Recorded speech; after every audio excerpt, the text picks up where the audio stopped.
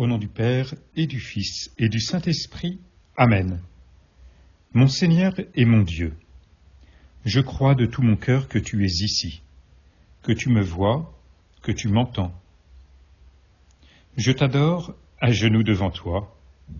Je te demande le pardon de mes péchés et ton aide pour faire de mon mieux ce moment de prière. Marie, ma mère immaculée, Saint Joseph et mon ange gardien, intercédez pour moi. Cette semaine, beaucoup de jeunes se dirigent vers Lisbonne pour les JMJ, cette rencontre avec le Christ, à l'invitation du pape depuis Saint Jean-Paul II. Et peut-être certains sont-ils déjà aujourd'hui dans un car ou un autre moyen de transport pour se rendre au JMJ. Beaucoup d'entre eux se rendront probablement à Fatima, lieu où la Vierge Marie est apparue à 3 enfants il y a plus d'1 siècle. C'est là, à Fatima, c'est là qu'au cours de la 6e apparition, le 13 octobre 1917, est apparu un grand signe dans le ciel que l'on a appelé le miracle du soleil ou encore la danse du soleil. La jeune Lucie, une des voyantes, avait parlé d'un miracle pour que tous croient. Elle avait dit qu'un miracle adviendrait au cours de la 6e et dernière apparition. Entre 40 000 et 50 000 personnes ont vu ce signe dans le ciel. Certaines estimations parlent même de 70 000 personnes.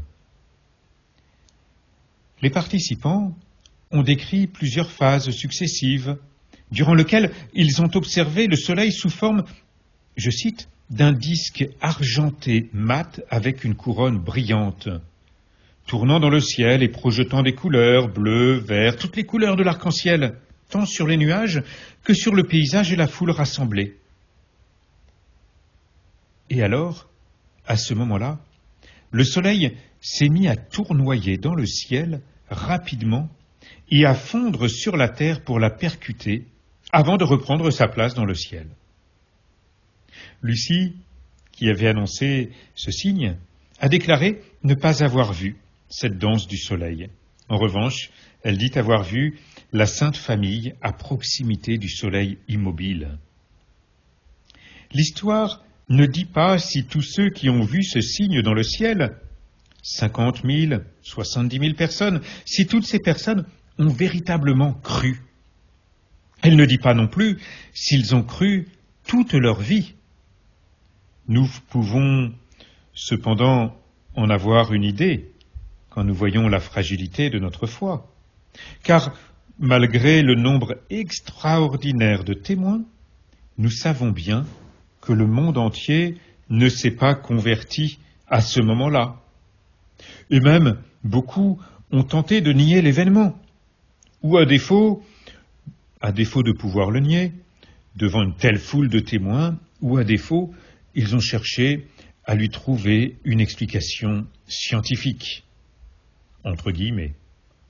Maître, nous voulons voir un signe venant de toi, disent aujourd'hui à Jésus des scribes et des pharisiens.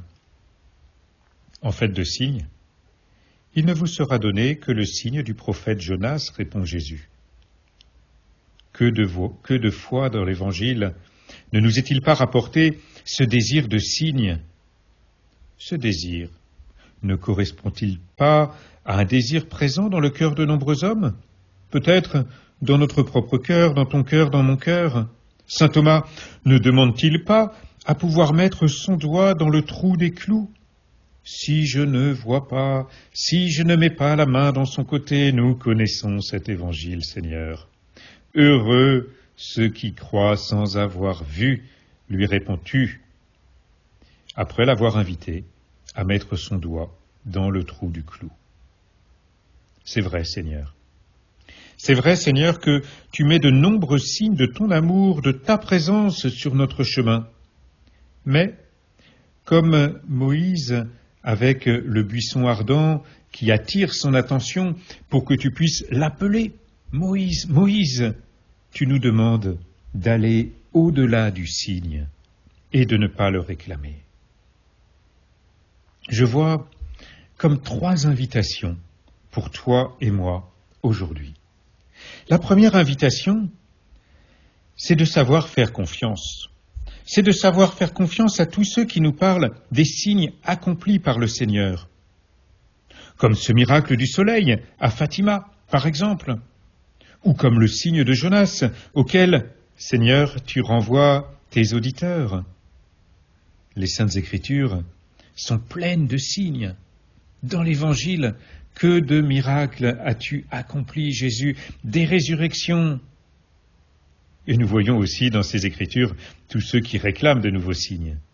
Oui, les Saintes Écritures sont pleines de signes, mais il y a aussi autour de nous peut-être tant de témoins, des amis, une personne qui s'est convertie dans la paroisse et qui témoigne de tel ou tel événement, des conférences peut-être auxquelles nous avons assisté, des livres que nous avons lus ou dont nous avons entendu parler et qui témoignent de ce que Dieu a fait dans la vie de telle ou telle personne.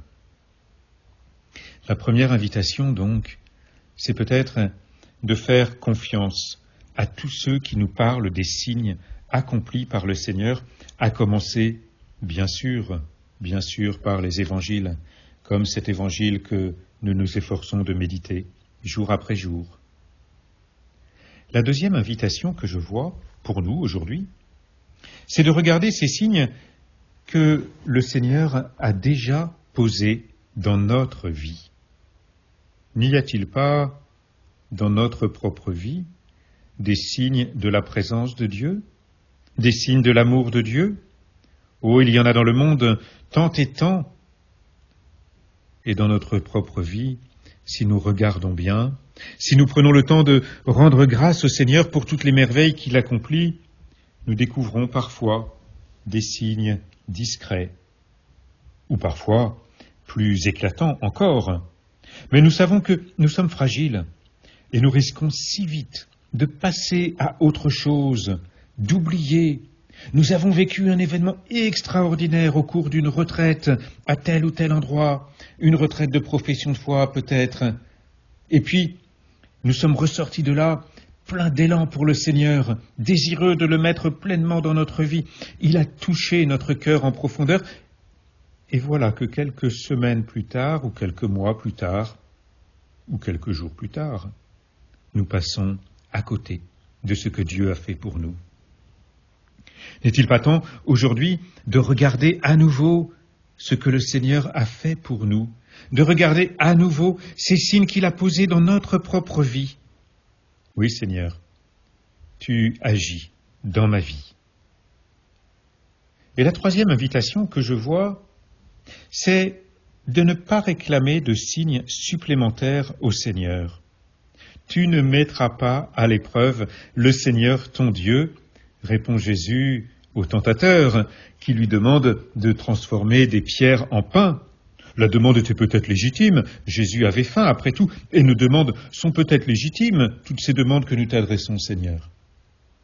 Mais tu nous redis cette invitation de ne pas te mettre à l'épreuve. Oui, si Dieu veut poser un signe dans notre vie, libre à lui. C'est lui qui est à l'initiative. C'est lui qui décide.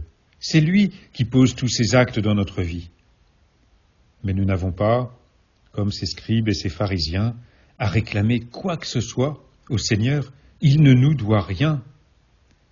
Oui, Seigneur, nous nous présentons humblement devant toi, avec tout l'amour qui est dans notre cœur, avec notre désir de t'aimer de plus en plus, avec notre foi, parfois fragile, qui, c'est vrai, a parfois besoin de fondements, besoin d'appui. Mais ils sont parfois déjà là, comme le signe de Jonas qui était déjà là pour cette foule, l'invitant à la conversion. Ces signes sont parfois déjà présents. Et ce que tu nous demandes, Seigneur, c'est de croire en toi, en faisant confiance à tous ceux qui nous parlent de ce que tu as déjà accompli pour eux, en regardant tout ce que tu as déjà accompli pour nous, en ne réclamant rien de plus. Voilà cet acte de foi. Cet acte de foi que je veux poser aujourd'hui, Seigneur, te dire que je crois en toi. Je crois en toi, tout simplement. Je te remercie, mon Dieu, des bonnes résolutions, des beaux désirs et des lumières que tu as semées dans mon cœur pendant ce moment de prière. Je te demande de m'aider à les faire fructifier. Marie, ma Mère Immaculée, Saint Joseph et mon ange gardien, accompagnez-moi toujours en chemin.